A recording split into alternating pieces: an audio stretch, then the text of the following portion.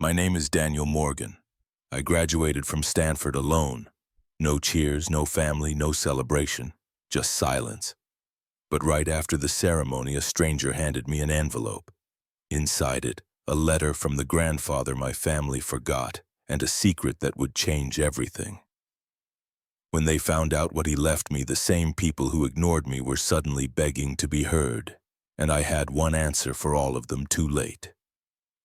I stood in line with the other graduates inside the packed auditorium of Stanford University, clutching the edge of my cap with one hand and the edge of my diploma folder with the other. Around me, the room pulsed with applause and laughter and camera flashes as families leaned over railings and waved banners with names on them. My name wasn't on any of them. The dean called out my name, Daniel Morgan, and I walked across the stage with my head held high despite the hollowness gnawing at my chest. My shoes echoed against the polished wood as I accepted my diploma with a smile I had practiced in the mirror 1,000 times. The applause was polite. No one shouted my name. No one stood up to cheer. No flowers. No hugs waiting for me at the edge of the stage. As I stepped off the platform and into the wings, a young staff member approached me. She looked about 19, probably a student worker holding a plain envelope in both hands. "This was left for you," she said, eyes flicking up to meet mine before moving quickly away. No name on the front, no return address. I took it, nodding my thanks, and slipped it into the inner pocket of my jacket. Outside, the sun was warm against my face. The lawn was covered with families taking photos, graduates holding their caps in the air, laughing and crying. Some were already opening champagne. I walked past them without slowing down. There had been a small part of me, stupid and persistent, that thought maybe someone would show up. Maybe Mom would surprise me. Maybe Dad would come out of pride, if not love. Maybe Lily would post about it and Benjamin would bring his perfect smile and shake my hand. But they didn't, and I knew they wouldn't. The Uber driver didn't say much as he drove me back to my studio apartment in Palo Alto. I stared out the window, watching as the streets changed from red and white balloons to quiet suburban trees. I reached into my jacket and pulled out the envelope. Still unmarked. Still heavy with mystery. I didn't open it right away. I set it on the kitchen counter and stared at it while I reheated leftover rice and vegetables. The microwave hummed like a lullaby, but my thoughts were anything but quiet. 2 years.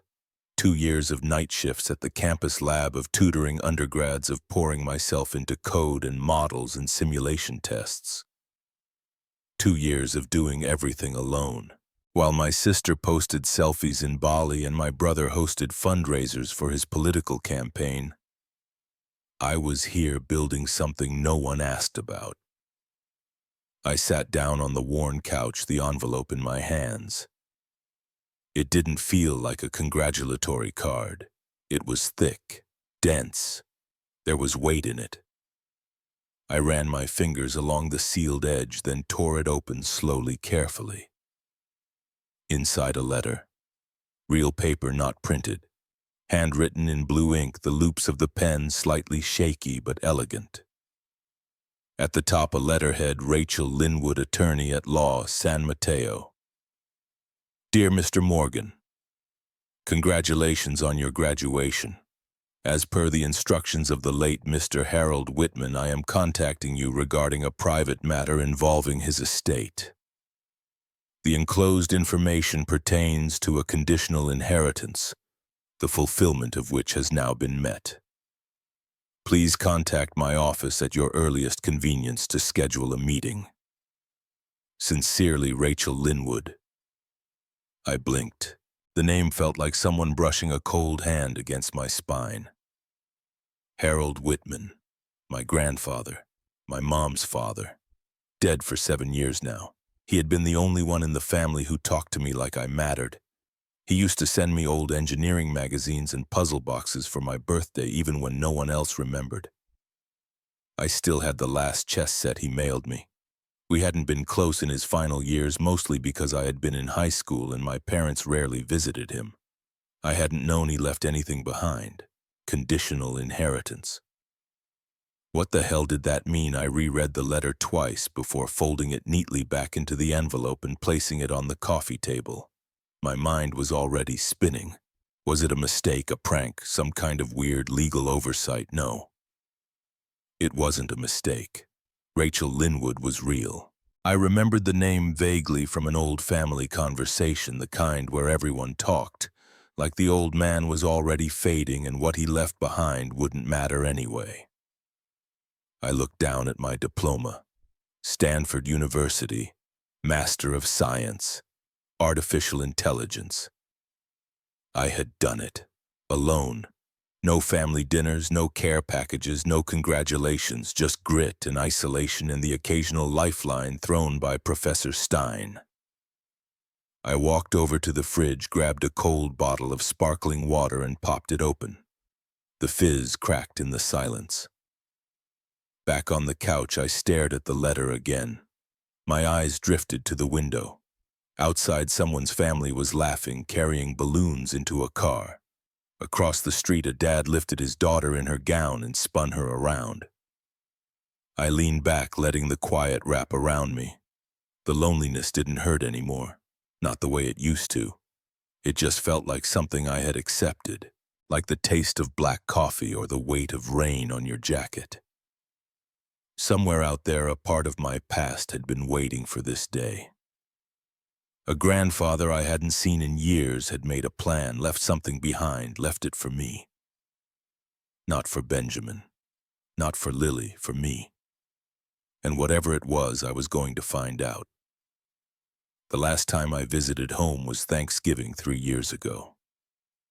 I had taken the Greyhound from Palo Alto to Sacramento, arriving stiff and exhausted, and when I stepped through the door, it felt like walking into someone else's house. Dad, Edward Morgan, greeted me with a nod and a distracted glance from the TV, his tie loosened and a bourbon glass in hand. He used to run Crestmont Construction, a major player in Northern California, until he handed it off to a board last year. He had built half of Sacramento, or at least that's what he liked to say when he cornered someone at a party. Mom Sandra was halfway through decorating the dining room with place cards that spelled out Benjamin's full name in gold calligraphy. She barely looked up from her planner when I came in. Her entire world rotated around making sure Benjamin's campaign events ran like clockwork and Lily's Instagram life sparkled like a filtered daydream. Benjamin was the oldest, the golden boy. Harvard Law, full ride, charming as hell, always wearing suits that looked like they belonged in magazines. He was running for local office by the time he was 28, and now at 36 he had a seat on the state ethics board. Ironic considering how often he bent the rules in his favor. Lily was the youngest, 28, and a walking highlight reel. Influencer, lifestyle blogger, 1 million followers and counting. She had just announced her engagement to Nathan Cruz, the CEO of a fintech startup that had raised its Series C funding. Their wedding hashtag was already trending. Me, I was the middle child, the weird one. The one who read technical journals over breakfast and talked about neural networks at the dinner table. I was the kid who disappeared into the garage with old motherboards and soldering irons and came out with half-functioning robots. No one ever asked what I was building. I remember one Christmas when I was 24. I had spent a year developing a microsensor that could measure blood glucose through sweat. Something I thought could really change lives. I published a paper, got a patent pending. It even got a write-up in TechWatch magazine. I brought a framed copy to dinner. No one noticed, not even a passing glance. Lily got a new handbag, and Mom asked for a group photo with just Benjamin and his girlfriend in front of the fireplace. That was the last time I brought my work home. So when the envelope came from Rachel Linwood, the surprise wasn't that it existed. The surprise was that it acknowledged me, that someone even in death saw me. I sat back in the chair, staring at the dim ceiling light above me, thinking of Grandpa Harold. He had been an engineer, too. Quiet, methodical, with a workshop full of clocks and gears and tiny screwdrivers. He was the one who taught me how to solder, how to think in systems, how to fix things, not just break them. And maybe without saying it aloud, he saw the version of himself he had once been in me. I wondered what the inheritance could possibly be. Money, property. A box of old journals and blueprints. I didn't care as much about the value as I did about the meaning. That he had thought of me, left something for me, created a condition and waited for me to meet it. I wasn't even sure my family remembered I had a relationship with him. They barely visited him in the end. Too busy, too distracted, too uninterested. But I used to send him updates, short emails, sometimes long ones, little progress reports. He replied less often as he got older, but he always replied. I opened my laptop and searched for Rachel Linwood's office. It was in downtown San Mateo, just off El Camino Real. I stared at the screen for a long minute, then clicked the email link. Subject: meeting request. Dear Ms. Linwood, I recently received your letter regarding the estate of Harold Whitman. I would like to schedule a time to meet at your earliest availability. Sincerely, Daniel Morgan. I hit send, then leaned back, listening to the quiet hum of my apartment. The only sound was the distant laughter of my upstairs neighbor and the faint buzz of the fridge. My phone lit up on the counter. A message from Lily. Hope your ceremony went well. We're in Cabo. Talk soon. No photos, no question marks, just that. I didn't reply.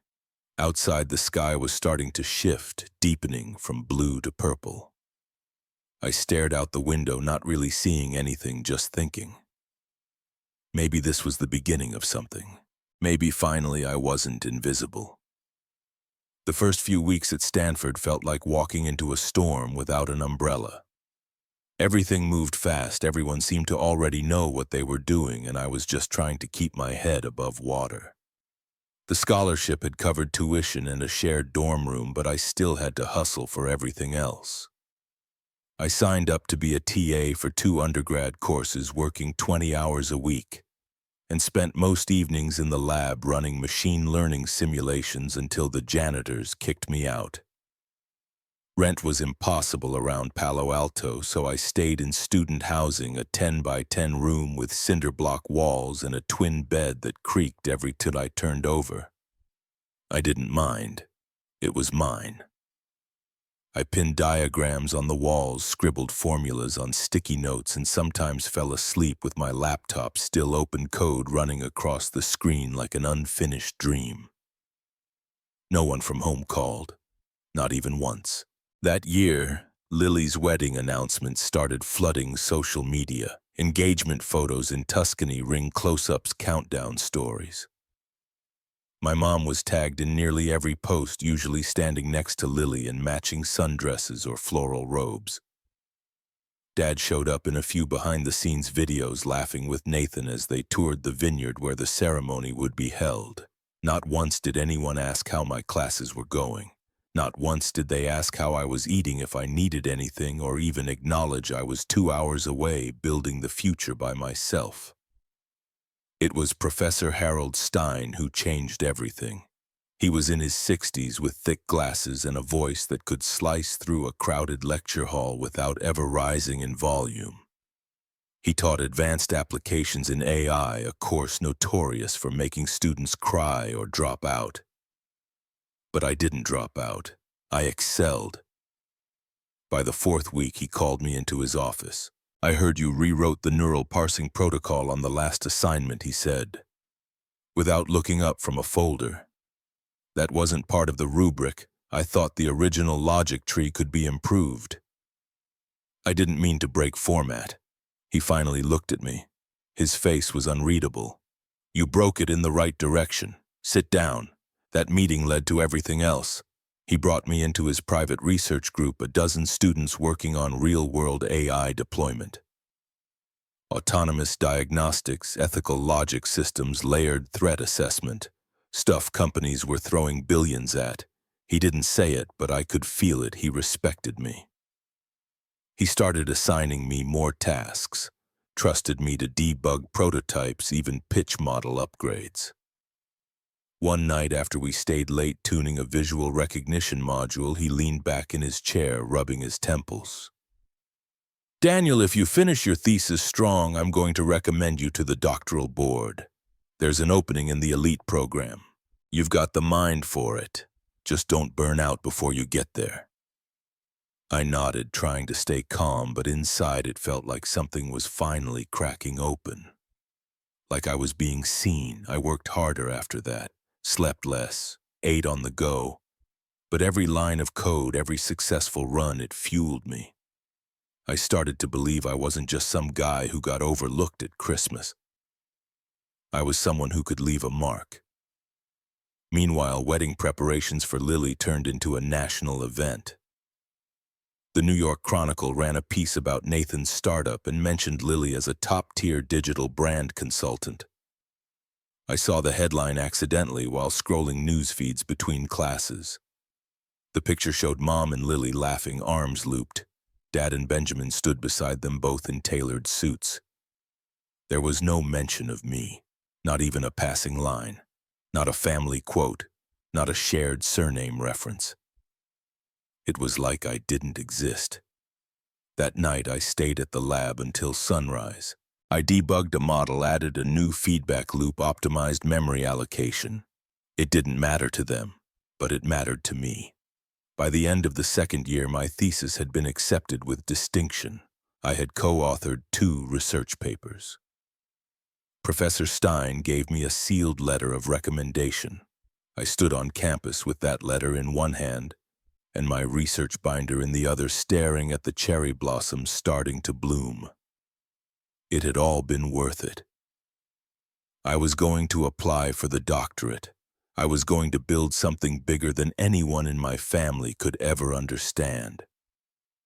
And still not one call, not one text. But I didn't need them, not anymore. The letter sat on the table for almost an hour before I picked it up again. It had been sitting there since graduation, the one thing that didn't fit in the ceremony.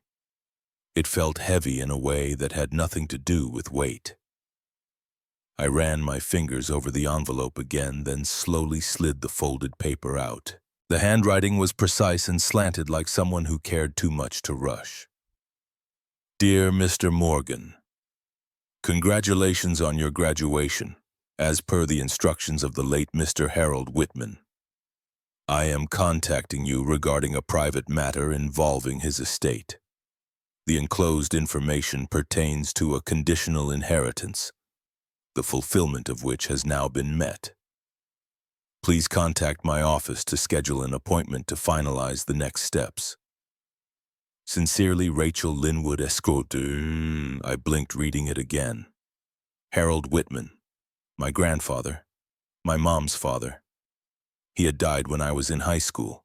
The last time I saw him was at his small cabin near Lake Almanor. He was already walking with a cane and had thick glasses that magnified his eyes, but he still beat me at chess and told me to keep building things even if no one understood them. I had never forgotten that. I stared at the name Rachel Linwood. I vaguely remembered it from overheard conversations, murmurs about his legal affairs that were never meant for my ears, but this letter said he had made me a condition in his will. Something triggered only if I finished graduate school. I unfolded the second sheet of paper tucked behind the letter. This one was directly from him. "Daniel, if you're reading this, you did what you set out to do. You went farther than anyone thought you would, including some in our own family. I always believed in your mind and your heart, even if no one else made the effort to say it. I'm proud of you. Now it's time to give you what's yours. I've left instructions for the transfer of my estate, everything to you. The house, the accounts, the stocks, all of it. It amounts to approximately $6.2 million. The attorneys will walk you through the details. I kept this quiet to avoid family interference. I hope you understand. You've earned this, Grandpa Harold. I sat there, the paper trembling slightly in my hands. $6.2 million. My chest tightened, not with greed but disbelief. I didn't know what stunned me more, that he left me everything or that he'd planned this quietly, waiting for me to prove myself. Not just with words, but with work. He must have known what my parents were like, how easily they dismissed me, how they lifted Benjamin and Lily like trophies while I stood in the shadows. He must have seen what I went through, or maybe he just remembered what it felt like to be overlooked. My thoughts swirled as I tried to piece it together. 6.2 million. I'd never seen that many zeros in my bank account. I was still living off microwave noodles and waiting for my TA check to clear. And now this. I grabbed my phone and dialed the number on the letter. Law Offices of Rachel Linwood. This is Gwen speaking. Hi, my name is Daniel Morgan. I received a letter about Mr. Harold Whitman's estate. I'd like to schedule a meeting. Hold, please. A few clicks, a pause, then another voice. Calm, crisp, Rachel Linwood. Mr. Morgan, I've been expecting your call. Are you available to meet tomorrow at 10 a.m. at our San Mateo office? Yes, I can be there. Excellent. Bring a valid ID and your diploma, please. We'll review the full contents together. She didn't sound surprised, not even slightly. After I hung up, I stared out the window. The sun was setting, throwing a streak of orange across the horizon. Cars moved down the street like nothing had changed, but everything had. Tomorrow I would walk into that office and officially inherit a life I never expected, a life no one in my family even knew was waiting for me. And something told me when they found out, nothing would ever be the same again. I woke up early the next morning, but not for Lily's wedding. The sun filtered through the blinds in my apartment, catching on the diploma still sitting on my desk.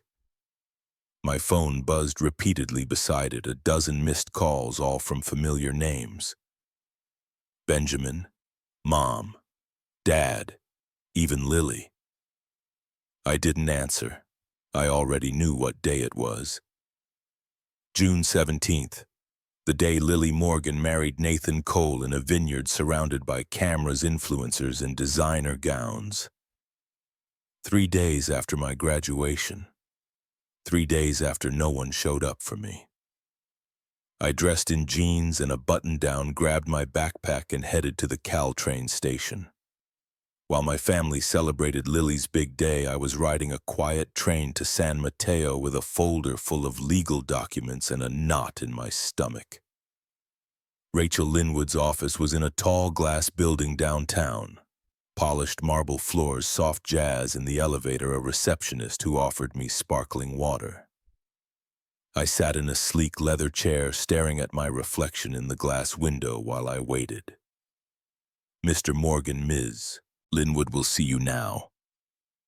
Rachel was sharp, maybe mid-50s, silver bob pearl earrings. Her handshake was firm. Congratulations on your degree, she said as she gestured for me to sit. Thank you. She opened a thick file and slid a document across the table. As per Mr. Whitman's instructions, you are now the sole beneficiary of his estate. That includes the property in Lake Almanor, 2 investment portfolios, a life insurance policy, and various stocks. The total value as of this week is approximately $6.2 million. I stared at the number. Even seeing it in print didn't make it real. He wanted everything transferred immediately, pending your confirmation and proof of graduation. She slid another sheet toward me. And if you choose to accept, the trust becomes active today. I handed over a copy of my diploma, signed, dated. The process took about an hour. Paperwork, signatures, notarizations. When I walked out of the office, I had a thick folder tucked under my arm and a bank account that now belonged to another world. Back at home, I turned off my phone for the rest of the day. I didn't scroll through Instagram. I didn't check the wedding live stream. I cooked pasta, watched an old sci-fi movie, and sat in synths. The next morning, everything changed. It started with an email from a former Stanford classmate.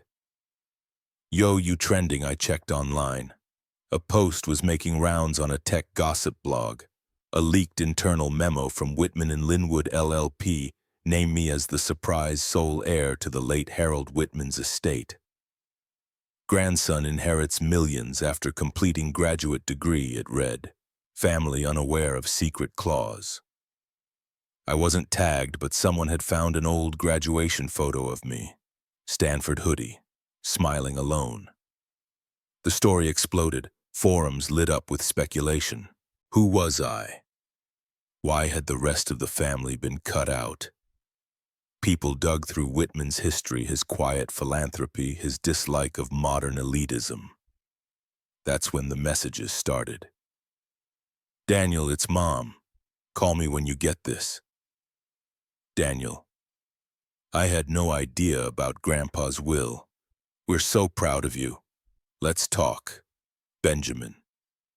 "Hey man, I think there's been a misunderstanding. Can we meet Dad?"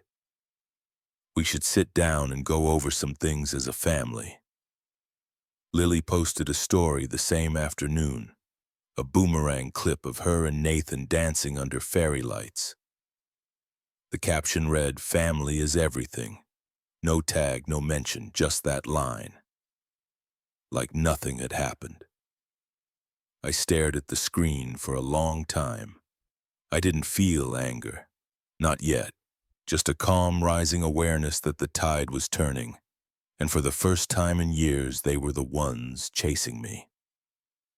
3 days later, I walked back into Rachel Linwood's office, but this time I wasn't alone. My parents, Benjamin and Lily, sat in the waiting area, silent, visibly tense. Benjamin was in a navy suit like he was headed to court. Mom wore oversized sunglasses even indoors. Lily clutched her phone in one hand and Nathan's arm in the other. He didn't look up from the floor. Rachel greeted everyone with her usual calm professionalism and led us into a private conference room. The air felt tight inside. A long oak table stretched across the center, polished to a mirror shine.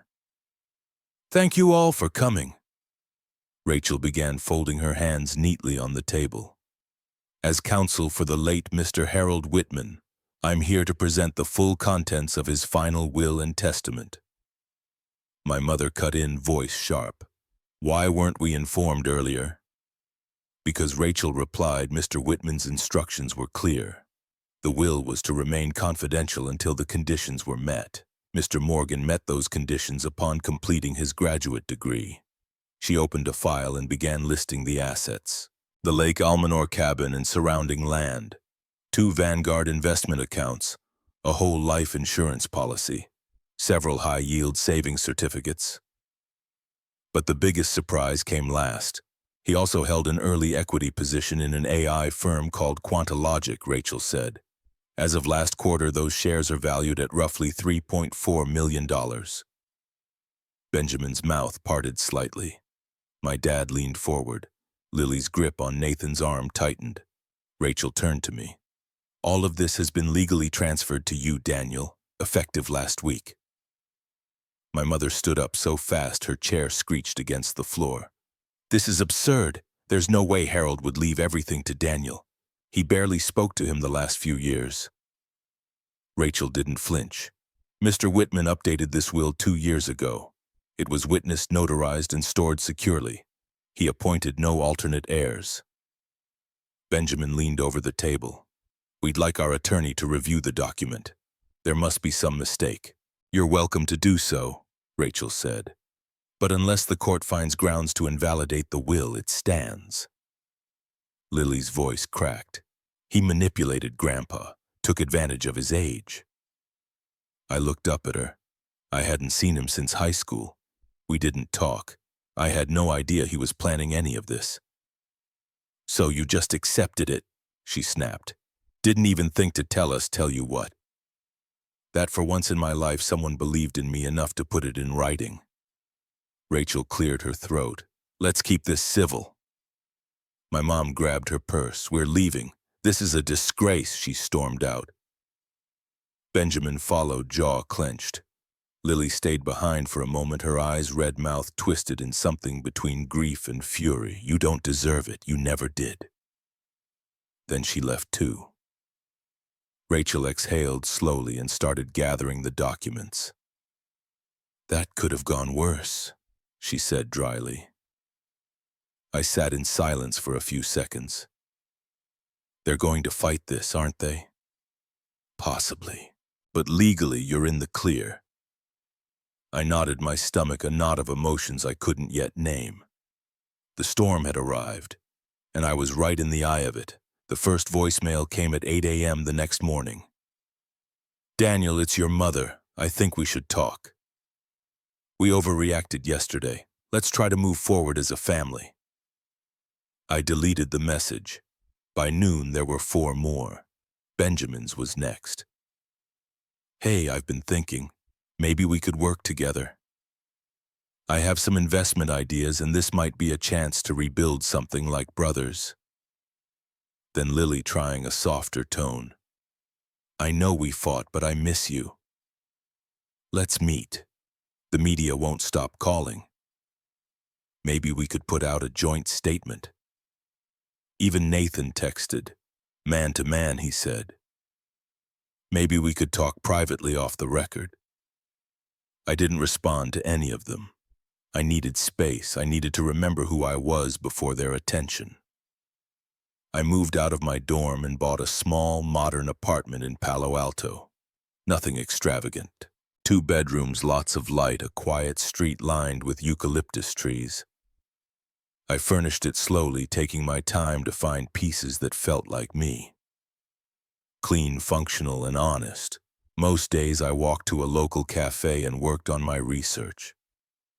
My thesis on adaptive AI models was being reviewed for publication, and I was building out new experiments with open data sets, testing my own neural net structures. The freedom to think without scrambling for rent was a luxury I had never known. One afternoon, as I was finishing edits on a simulation model, my phone buzzed. It was from Professor Stein. Just got you a slot at TEDx San Jose. Topic: humanizing AI. Think you're ready to speak to a crowd? I stared at the message. My chest tightened. I hadn't planned on returning to any stage so soon. But part of me lit up. The part that used to draw circuits in notebooks while the rest of the class threw paper balls. The part that spent nights debugging lines of code because solving the problem meant proving I was still worth something. I typed back. I'm ready. That night I made pasta from scratch, poured a glass of red wine, and opened my grandfather's letter again. I hadn't touched it since the first day. The paper had a faint smell now, old ink and cedar. You've earned this. I wasn't sure if I had, but I knew I wouldn't waste it.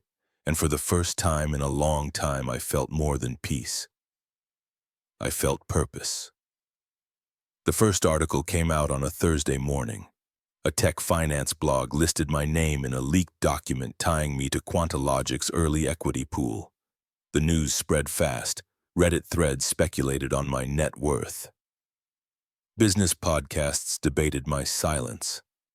YouTubers made videos titled Mysterious AI Heir Revealed.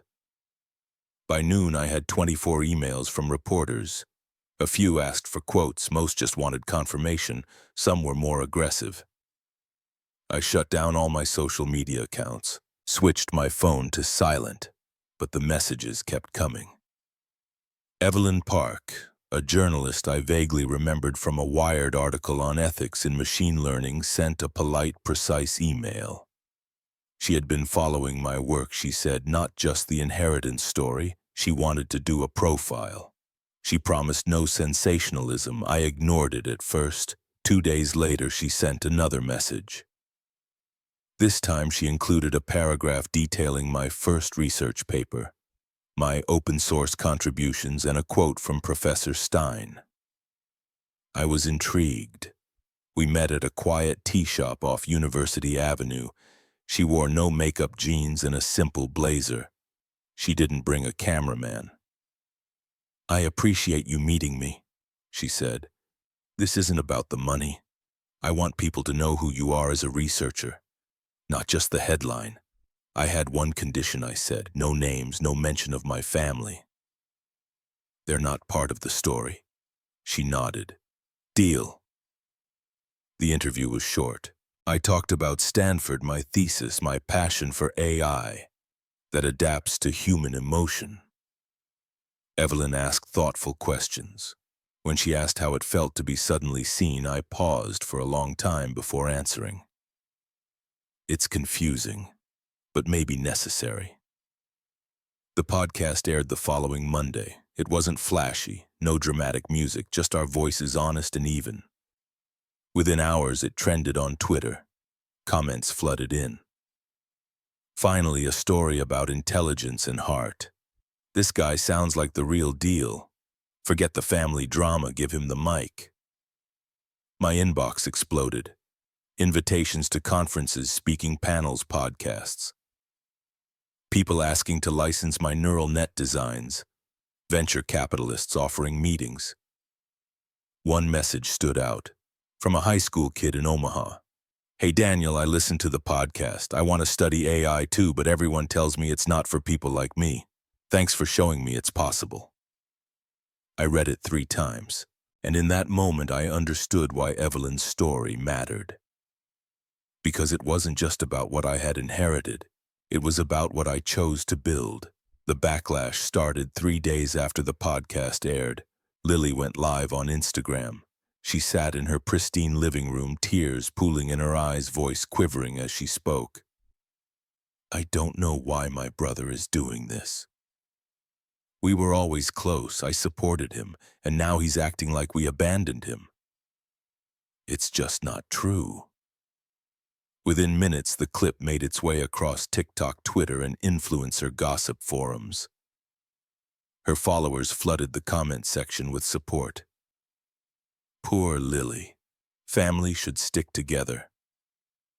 But it didn't last long. "Evelyn called me that evening. You might want to sit down," she said. She sent over a file. It was a raw audio clip taken from the day at Rachel's office.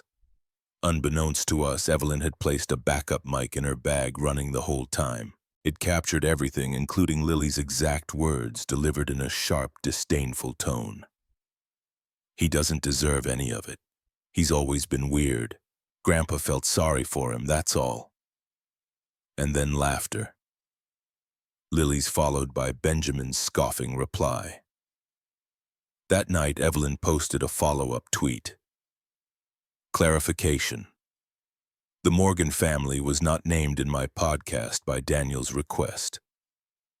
However, given public accusations, I feel transparency is necessary. Here is a direct, unedited quote from the family's private response to the inheritance. The audio clip was attached. It went viral in under an hour. Commentators switched sides. So she lied. She made herself the victim. She mocked him behind closed doors. By morning, Lily's brand deals began vanishing. One beauty label released a statement. "We do not condone bullying or dishonesty. Effective immediately, our partnership with Ms. Morgan is suspended." Then came the Fashion Week announcement. Lily's name was removed from the influencer guest list. She posted a follow-up video. This time, no tears. Just a tight-lipped apology laced with defensiveness. Things were said in private. We all have moments we regret, but the damage was done. I didn't comment. I didn't need to. I simply went back to my code, my coffee, and the quiet hum of building something real. And for the first time, their noise no longer reached me. The invitation came in a pale blue envelope embossed with gold trim, inside a handwritten note from my mother in delicate cursive. "Dinner this Saturday, just us, let's talk." I stared at it for a long time. I knew it wasn't really about reconciliation, it was strategy, damage control. But curiosity got the better of me. Saturday evening, I drove to the Morgan house. The place hadn't changed, still pristine, curated like a magazine spread. My mother greeted me at the door with an awkward hug. "Daniel, thank you for coming." I nodded and stepped inside. The dining room table was set for 6. Crystal glasses, silver cutlery, cloth napkins folded like origami. My father stood near the fireplace, hands behind his back. Benjamin was pouring wine. Lily sat at the far end, avoiding eye contact. We made small talk, or rather they did. I listened. Mom complimented my podcast. Dad asked vague questions about my research. Benjamin mentioned a contact at a hedge fund. Lily said nothing. The food was untouched. Halfway through my glass of water, I put it down and looked around the table. "You know, I used to dream about this. A dinner where we actually saw each other. Where you asked how I was doing because you cared, not because you were covering your reputations." Mom blinked. Benjamin shifted in his seat. "I don't need your approval," I continued. "I never did. I just wanted respect, basic decency. And for years you couldn't even give me that." Lily opened her mouth, but I raised a hand.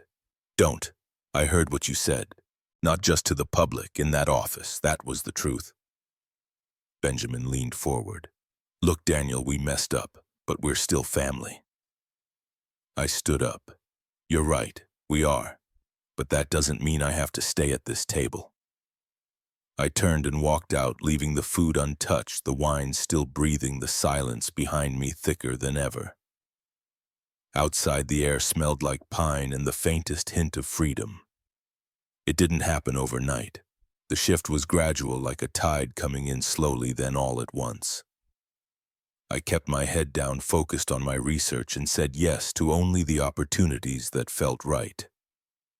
It began with a call from the Institute of Machine Learning Excellence. They wanted to feature my thesis in their annual white paper. Then came an invitation to speak at the International Conference on Artificial Intelligence in Geneva. I spent weeks preparing, fine-tuning every word. The applause I received there echoed louder in my memory than anything my family had ever said. The recognition kept coming. I won the Best AI Research Paper of the Year. For a moment, I didn't know how to react, but as I stood under the stage lights, shaking hands with global pioneers in the field, I realized this was mine. Earned, fought for, deserved. I bought a modest but modern apartment in downtown Palo Alto. It wasn't flashy, but it was entirely mine. I taught part-time at Stanford, mentored graduate students, and invested in small AI startups that prioritized ethical development. The work gave me purpose. It reminded me who I had become, far away from the family I once begged to see me. Meanwhile, Evelyn's podcast had become a cultural staple. Her episode featuring my story went viral.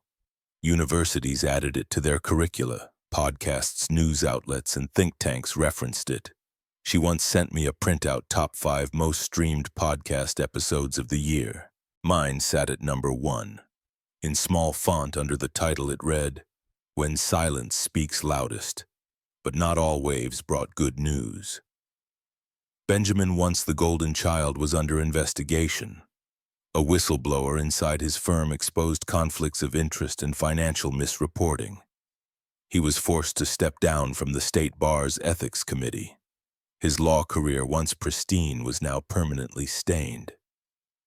Lily, still trying to stay relevant, switched gears. She began branding herself as a wellness and self-love advocate. But screenshots and recordings resurfaced and brands began pulling out. One by one, her endorsements vanished. Her speaking engagements dried up. The influencer spotlight she craved dimmed. My parents, stripped of their social standing, quietly sold the estate in Sacramento and relocated to a sleepy coastal town in Oregon. A distant cousin told me they kept to themselves. My father grew tomatoes in the backyard. My mother hosted knitting sessions for local retirees. I didn't rejoice in their downfalls. That was never the point. I simply no longer bore their weight. One quiet afternoon, I returned home from campus to find a thick envelope waiting. It was from Zurich, the Institute for Cognitive Innovation. Inside was a formal invitation to join their prestigious Global Fellows program. They wanted me to relocate for a year, collaborate on a new frontier of human-AI interaction, and keynote their annual summit. The letter was elegant, direct, hopeful. I set it down, made coffee, and sat by the window. Outside, the city moved on unaware, and for once I felt truly aligned with the person I had fought so long to become. This wasn't revenge. This was renewal. This was peace earned through fire, and I had chosen it fully for myself. I didn't rush to the law office that morning. I walked, slowly, with purpose. My steps felt like punctuation marks on the last pages of a long, painful story. Rachel's assistant greeted me with the same polite professionalism, but her eyes were softer this time, as if she too understood that this was more than a legal formality. Rachel herself met me in the hallway and offered me a seat in her office. She didn't speak for a moment. She simply handed over the envelope, smaller than I expected, sealed with red wax and the imprint of an old family crest I recognized from my childhood. This time it wasn't about money. No conditions, no clauses, just a letter. One man to another. I peeled the seal and unfolded the paper carefully. The handwriting hit me like a scent from another life. Deliberate, thoughtful, full of presence. Daniel, if you are reading this, then you have proven everything I always hoped you would. You finished what you started. You carried your integrity even when no one acknowledged it. You saw the world clearly and did not flinch. I watched you more closely than you knew. Every ignored birthday, every dismissed achievement I noticed. I remembered, and I hurt for you in silence. But I also saw your strength. You never let their blindness corrupt your vision of who you were. You did not beg. You did not lash out. You endured. This is your final inheritance, Daniel, not the money, not the stocks, not the house. This letter, these words. You don't need revenge. You need roots. You don't need validation. You need peace. You've earned both. Use what you have built not to settle scores, but to light the way for someone else who might be walking alone as you once did. I was proud to be your grandfather, and I hope you will be proud to carry my name forward, not for legacy, but for meaning. With all my heart, Harold.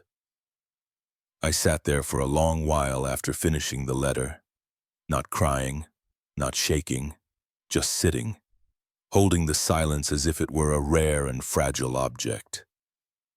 Rachel didn't ask what the letter said. She didn't need to. As I stepped out of her office building, the morning sun filtered through the clouds. The world hadn't changed, but I had. I felt no triumph, no bitterness, only clarity. I walked to a cafe I used to frequent during my early days at Stanford. The barista recognized me. I ordered a black coffee and sat by the window watching the crowd roll past. I wasn't part of the noise anymore.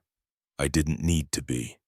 I had plans now, not of grandeur but of meaning. I had accepted the invitation from the European Research Institute. Zurich would be home for a while. A clean slate, new voices, new air. I reached into my coat pocket and touched the folded letter.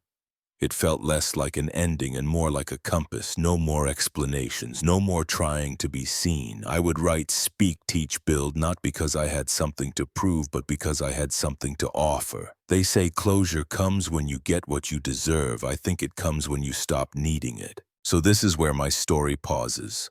What would you do if you were in my shoes? Comment below and subscribe to hear the rest of my story. Like, share, and follow the channel if this story moved you. More real voices are coming soon.